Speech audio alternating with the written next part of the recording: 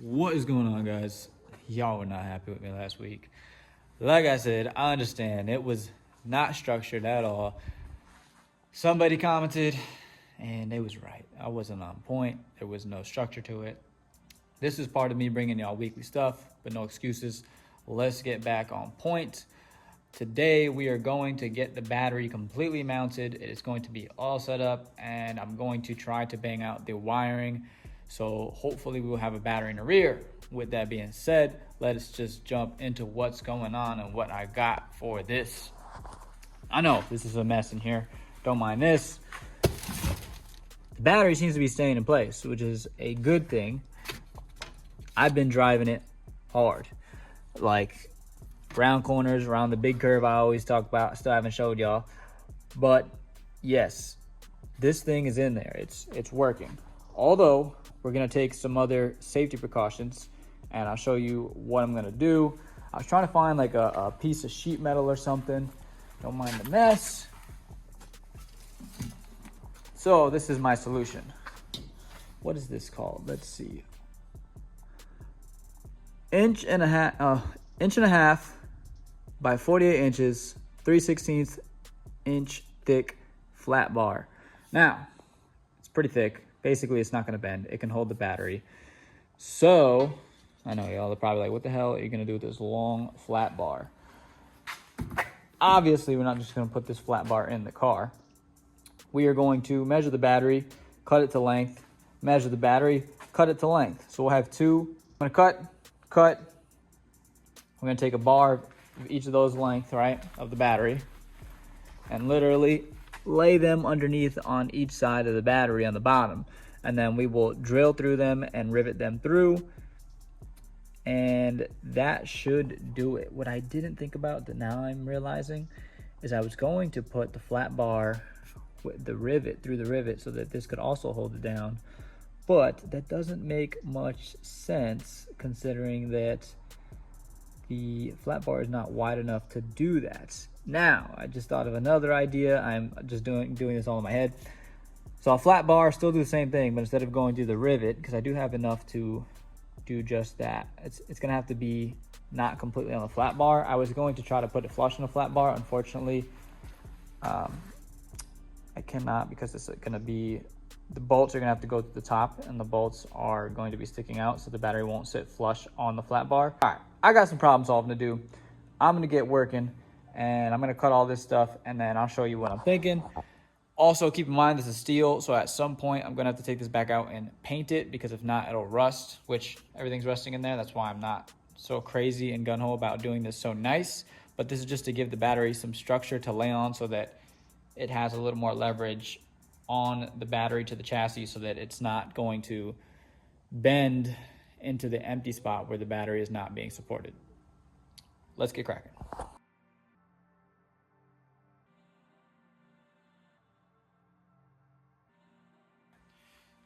These are 11.5 inches. That's what I measured them to. I just cut one at the measurement, and then I put the other one next to it and measured it off of that. Basically, so now you can see, because these are physical now, I'm gonna put the battery on top of these. Now, I mean, like before you could see it had a little bend in it in the length, like when it was like 48 inches, but now that they are 11.5 inches, I can't bend these by hand. So these should be a lot more sturdier, higher tensile, essentially, to hold the battery and not bend. Now, obviously with heat, which back the car is gonna see heat, I'm just saying, in the case that there was heat, that's what would make these less flimsy or make things loosen up. But considering these are so thick and that they're in the trunk, there should be no heat. These should have no issue holding in the battery. So now what I'm thinking is, I'm gonna go in there, I'm gonna put these flush up against that little bar, I'll show you in a second, the crash support in the back. And then I'm going to, I was initially going to try to put the rods through this, but the rods are too far out, so the battery won't sit on these. Because initially I was thinking I was gonna do a whole plate like this, like a solid square, like from here all the way to here, it would have all been flat bar. Well, not flat bar, it would have been a piece of sheet metal for this thick. Unfortunately, I couldn't find a piece that thick, so I tried to use my brain to make this work. So what I'm gonna do is I'm gonna drill holes in this and drill straight through these holes into the chassis, And then I'm gonna do that up here as well, and I'll do that on that little piece that it is have structure on, where the battery's sitting on now, and bolt these down to that, and then the battery will sit in this area, right? It will sit, and then there'll be bolt holes on the ends to actually have this bolted down to the chassis. So I'm gonna get to drilling these holes out.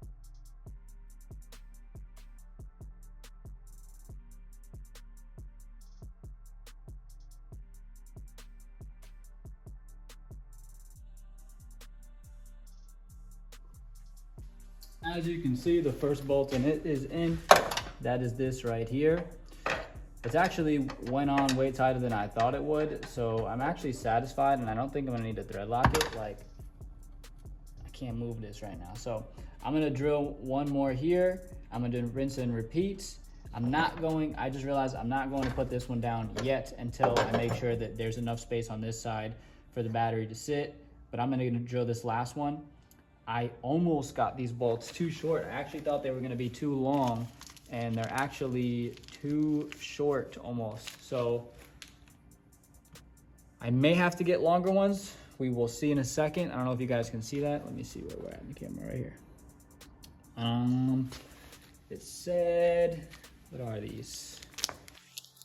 Half an inch? Yeah, because the other ones that I was looking at were 1/4 inch, which were shorter. I mean, 3/8 of an inch, which are shorter, and I was going to get those instead. So yes, instead, next time I would go with like maybe 3/4 of an inch, maybe 5/8, but this is not long enough. Anyways, well, it almost isn't long enough. Anyways, I'm gonna drill the other one out here, and then I'm gonna drill that hole. Hopefully I won't have to move it this time because now it's bolted down. And then I'm gonna rinse and repeat with this side, and then hopefully we will have a little battery tray in here. Let me get back to it.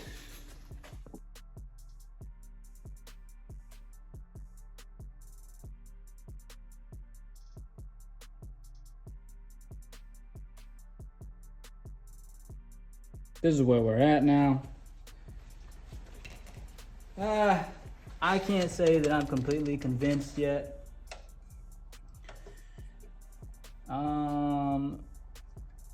I mean, it did stay before. I feel like, even though it's, oh no, it's got way less play. I'm just nitpicking. But, I mean, in an ideal situation, this screw bracket would be closer to this side. Unfortunately, I don't want to do that because of the positive terminal post. Now, a lot of you probably wondering what's going on, why I got this battery in here in the first place. If y'all haven't been here, this is a dead battery, so don't worry, I'm not gonna get shocked messing with this in here. That's why we're using this one. My real one's up front still, so this is the dummy battery. Anyways, yes, it is much sturdier, but as you can see, there's still a little bit of play, and that's because the plates are not completely flush with the with the chassis. And the reason for that being is because there's those little divots that I was talking about, and that's why I wanted to bolt them down there, but I really don't have anywhere to bolt them down there. I guess we're just gonna have to live with the play because it is sandwiched down to the, like, and it's not coming off of this flat bar right here. Ow. That's the other thing I want to do. I want to trim this eventually, but I haven't trimmed these yet because I don't know how long or short they're gonna need to be. I don't know yet, guys. I guess we do some more test driving. See how that goes. Oh man, I just caught myself in that flat bar. Good job. I mean, on the threaded rod. Good job. So I guess let's do more testing. At least we know it's that solid that I got cut on it. And go from there. If you look, the wire's already in there. Now, I know y'all are probably like, why didn't you show us that? And I don't know, I don't think I did. I filmed it, but I lost the clip because I lost everything on my phone. So yes, I don't have that clip anymore, but I will direct you guys as to where I wired it through. I'm just gonna clean up this knuckle that I just cut, and then I will show you guys where everything's going. All right, my knuckle's cleaned up. Don't mind the mess I have in my car. We're gonna show you where this goes through. So if you look, we'll start here, because I know y'all are gonna be confused. Why am I pointing at a seat?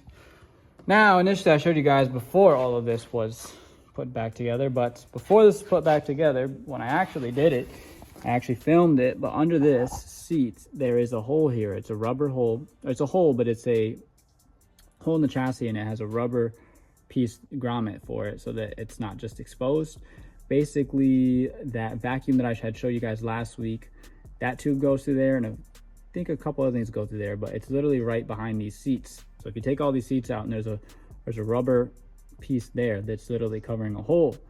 Now, I poked a hole in it big enough for my wire, which, again, I'm not even sure what this wire is. I want to say it should say it on the actual wire. Let's read it. Yes, that is the gauge of the wire.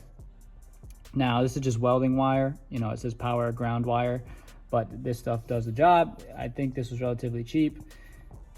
Basically, if you really want to get technical, you don't want it to be too long through the car because it'll lose amperage and all that good stuff. But the way that I'm routing this is it goes to that grommet that I just was talking to you about. It's right to there, but you can't, oh yeah, you can't see it. Hold on, let me turn the light on real quick.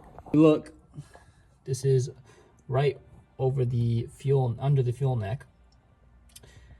I didn't feel comfortable running the wire this way, but then I realized that other wires were running this way and I wasn't that worried about it. But anyways, it goes under the fuel neck, and then it goes to this grommet right here, which leads to the back seat that I was just talking about. I know this is an awkward angle, and it's its own grommet, so you can literally poke a hole through it and put your cord through there, or your wire, whatever you want to call it. So it goes through there.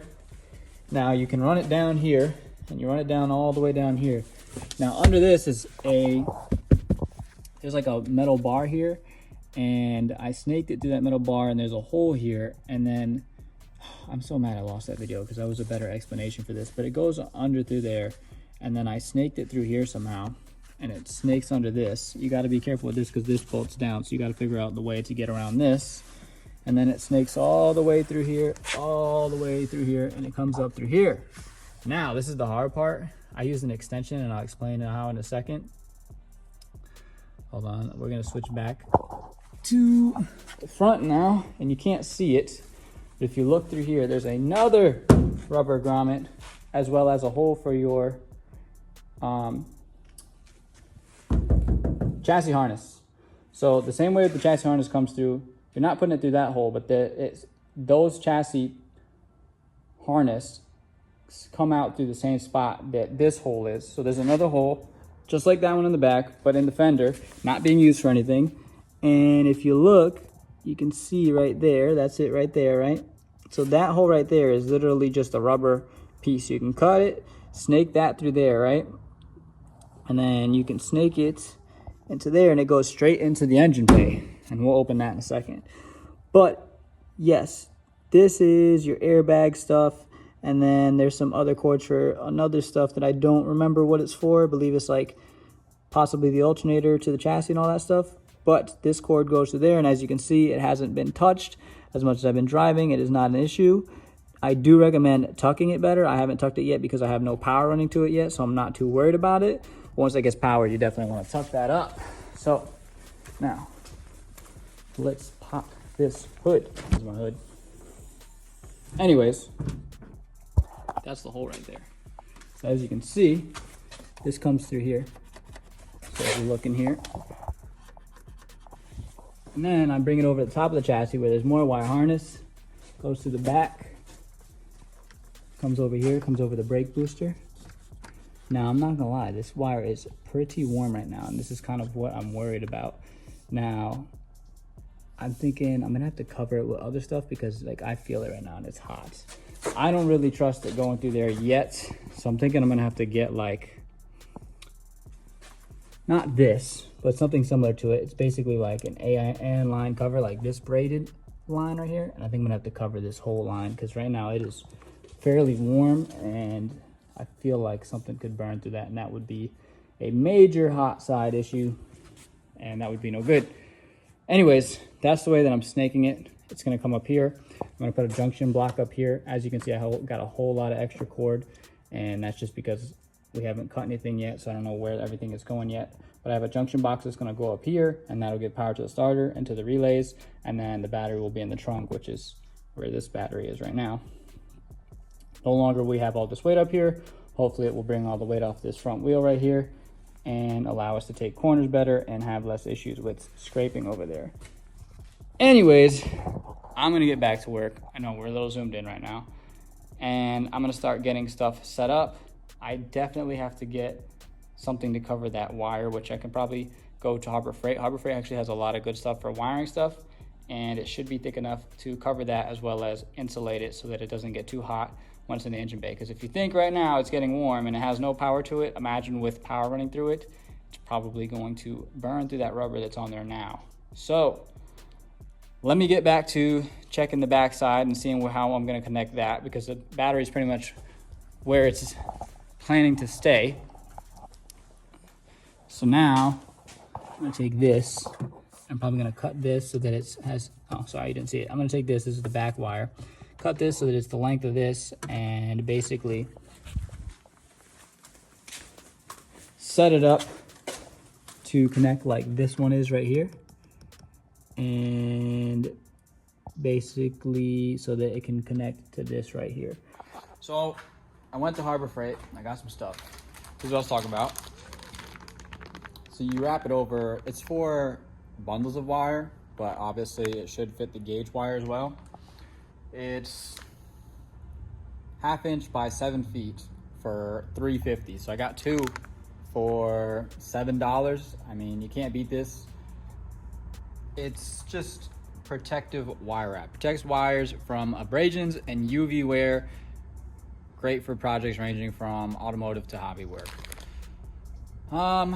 Temperature range, -30 to 200 degrees Fahrenheit, which is about what we're seeing in here. It's about 215, which this stuff all gets brittle anyways, and this is just normal. So I don't know if it's 215, maybe it's like 2, I don't know what it is, but it's around 200 degrees. I believe these run around like 175, maybe 200 when they get hot. And then I also have this to combat the heat a little more too. So I'm gonna wrap the wire in this first, and then after this, I'm gonna put that plastic stuff over it. So I'm literally just gonna pull this wire towards that side of the car and just start wrapping this all around that wire all the way to the end until I feel like it's good. And then I'll lay it all back down with the plastic around it. And then from there, well, I'm gonna do some driving and I'll just keep feeling that wire to see if it's getting hot or anything like that. And it should be fine after that. And then the next week, we can start cutting and crimping the pieces we have here. Where are they? If I can get them. We can start crimping these and putting these on so that these can have the wire go directly to the battery, and then that should be good to go. So I'm gonna do that. I'm gonna put y'all on time lapse, and then I'll show you the end result.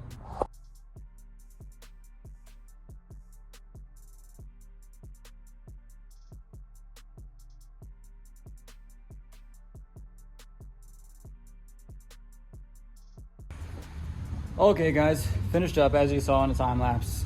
It's not exactly how I wanted it to come out. Mind you, this is not the proper stuff to do it with. I will say this stuff is actually really nice. It is definitely 7 feet. I thought it wasn't gonna cover as much wire as it did because it just doesn't look like that much in the bag, but it is definitely 7 feet because I figured 7 feet would be enough. As you can see, it says 1/2 inch, and I don't know what this gauge is, but obviously it doesn't cover this completely. So just keep that in mind.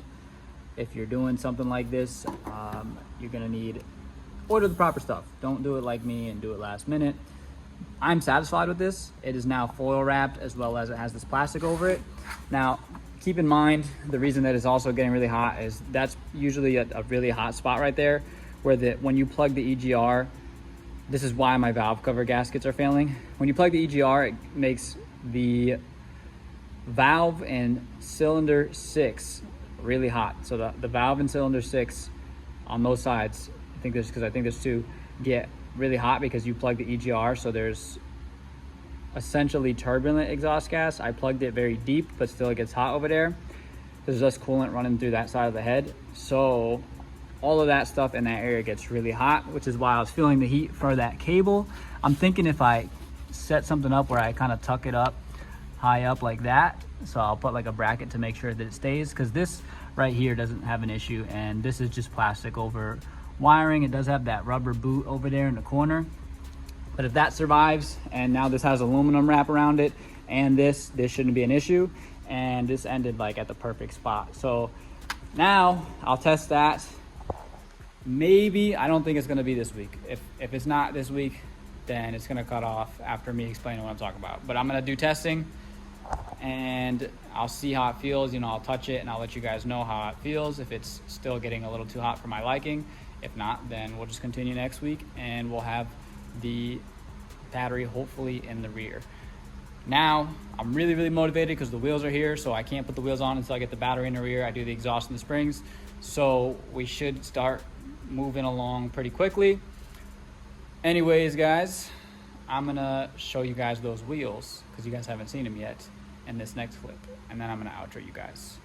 Something else that finally came in, which you guys saw in the title, but you haven't seen them on yet. The tires. The tires came in. Literally mounted them the same day. So as you can see, if you remembered, I told you guys I was doing a double staggered setup. So right here we have the 17, and right here we have the 18. So just to give you an idea of what it's going to look like, this is the stretch, that's that stretch. Now keep in mind, these are two different style, not different brand tires. Now I say style because they manufacture them different. Hold on, let me turn this fan off real quick so you guys can hear me talking clearly. Out. So if you look, right, the first thing that you'll notice, if you're actually paying attention, is this lip right here, right? It's got this little lip. Now that's not an indication of anything, but I did notice that typically, this is just me, it may not be, it's not anything standardized, it may not be the case, but typically I've noticed that qualitier tires have this lip right here. They usually have more structure, like Pirellis, you know, the run flats. Sportier tires tend to have that little lip.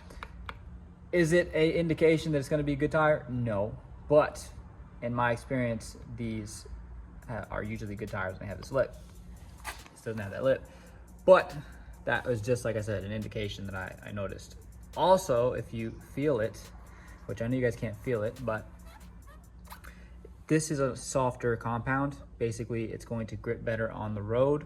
This is still an all-season tire. This is an all-season tire as well, but this is definitely closer to like a, not to say a summer tire, but it is closer to a warmer weather tire. Essentially, you could take this to the track and it's going to perform better than this tire. Is it a track tire? No, it's not a track tire, but it is going to perform better than this tire.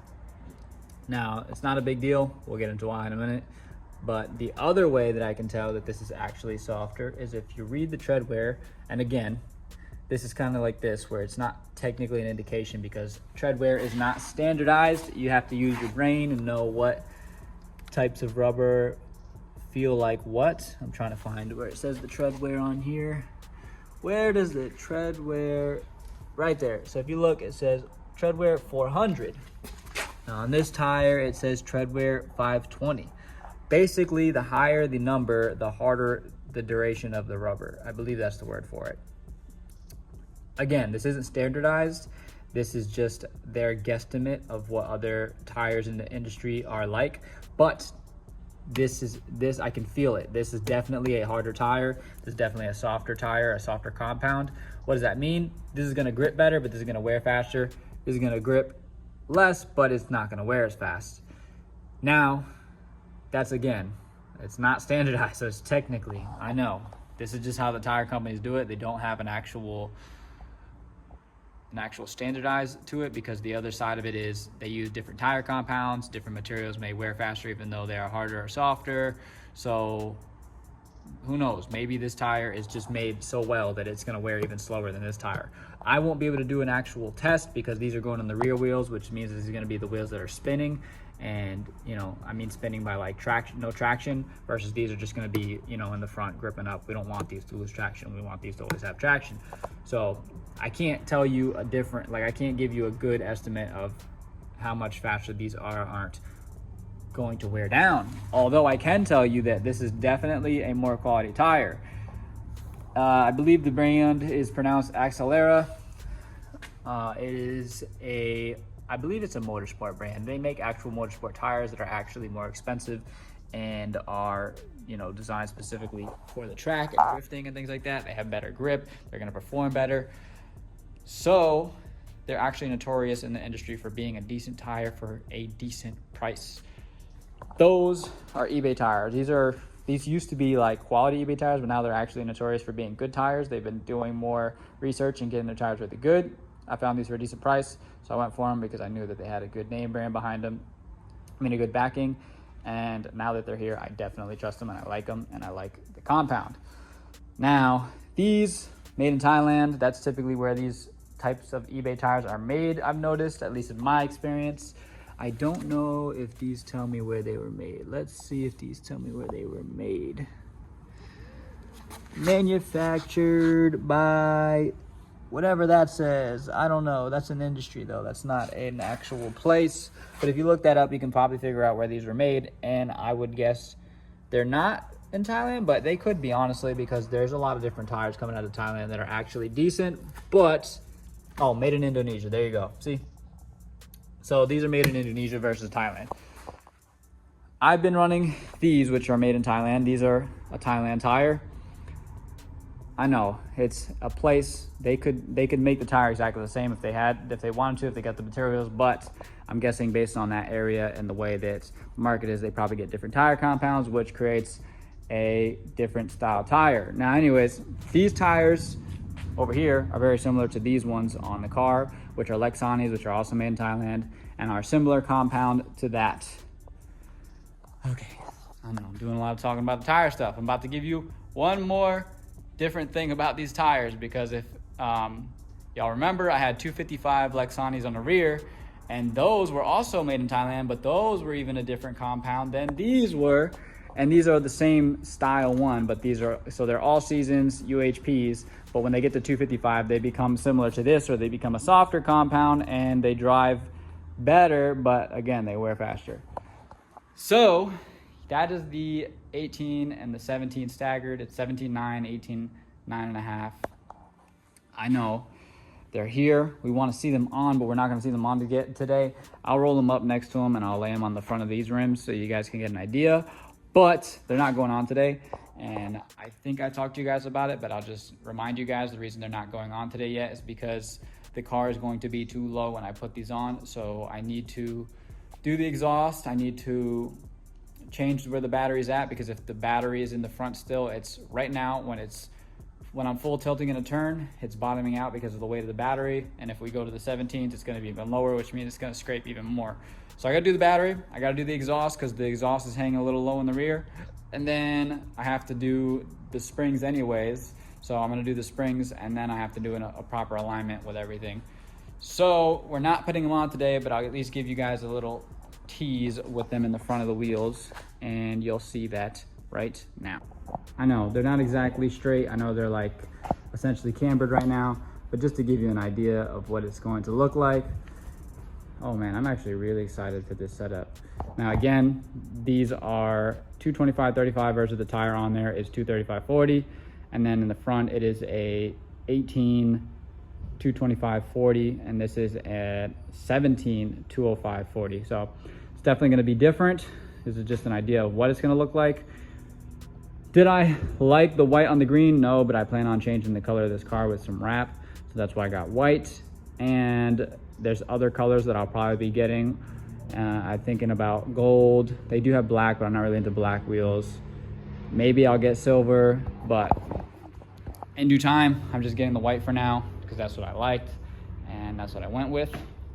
So I'm gonna put those away, and that's pretty much it for this week, y'all. I hope you enjoyed the little battery pieces that we did get.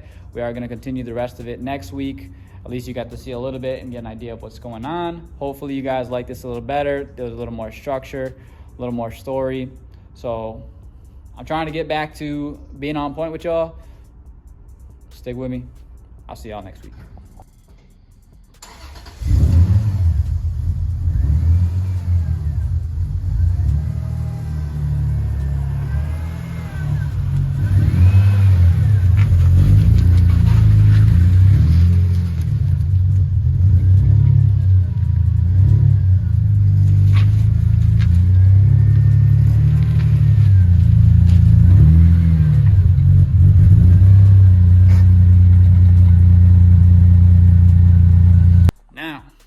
I just wanted to talk to you guys. I know this is the end of the video. This is all the boring stuff for those of y'all who are staying, who watch and enjoyed the video and want to continue watching. I appreciate y'all. This goes back to what I was talking about earlier in the beginning of the video. I know I have been slacking. I just want to say thank you guys for the feedback. Thank you guys for the likes. Thank you guys for subscribing. Thank you guys for the support, all of it. With that being said, I'm asking you guys, what do you guys want to see? Now, I'm going to give you guys an idea of what I mean by that before you just start commenting stuff. The direction that I am thinking about going in is, one, continue the weekly videos. Now, with that being said, there's only so much stuff I can do with the weekly videos, and that is why we're getting unstructured stuff like last week, because there are a certain amount of man hours that need to go into things. For example, this battery stuff. The battery stuff, I know we want to see this all in one video, and that's what's preferable, but this is not like it's something that hasn't been done. So I'm not super motivated to get this done in one video and make it like a how-to video, because it's been done, especially a better way. As well as, this is hot wire, guys. If I have put on, I know it's not hot wire right now, but when it becomes live wire, things like a fire can happen, and I don't want that to be an issue. So I'm trying to do a lot of testing before I go and put a live battery in the car where there's wire running through the cab and through the engine area and things like that, because it could cause a fire and it could kill me, it could kill somebody else, maybe the car loses control or something. It's just not gonna happen that way. So to avoid that situation, yes, things like the battery stuff take a longer time. I may be scatterbrained, especially because I'm not communicating to you guys enough. With that being said, there are times where the weekly videos are going to suffer because of that.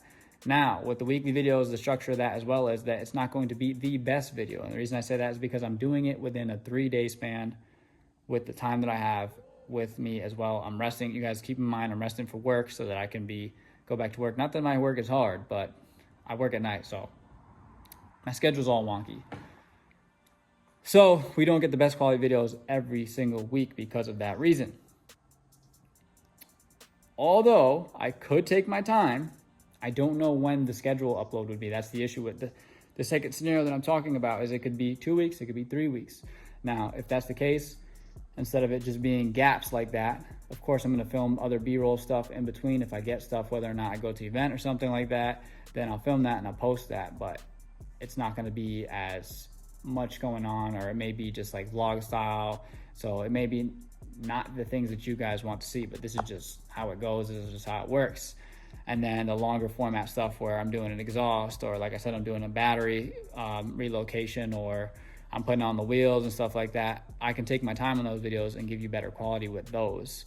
I'm still trying to do the driving stuff. I want to take a different approach with that. Unfortunately, I don't have people that are constantly around to film stuff or down to film stuff, partially because of my work schedule, partially because their work schedule, partially just because some people aren't actually down. This is just the reality of things. So I'm trying to get as much content as I can for you guys, the best that I can, in the best amount of time that I can, while giving you guys consistency, because I feel like the consistency is what we want.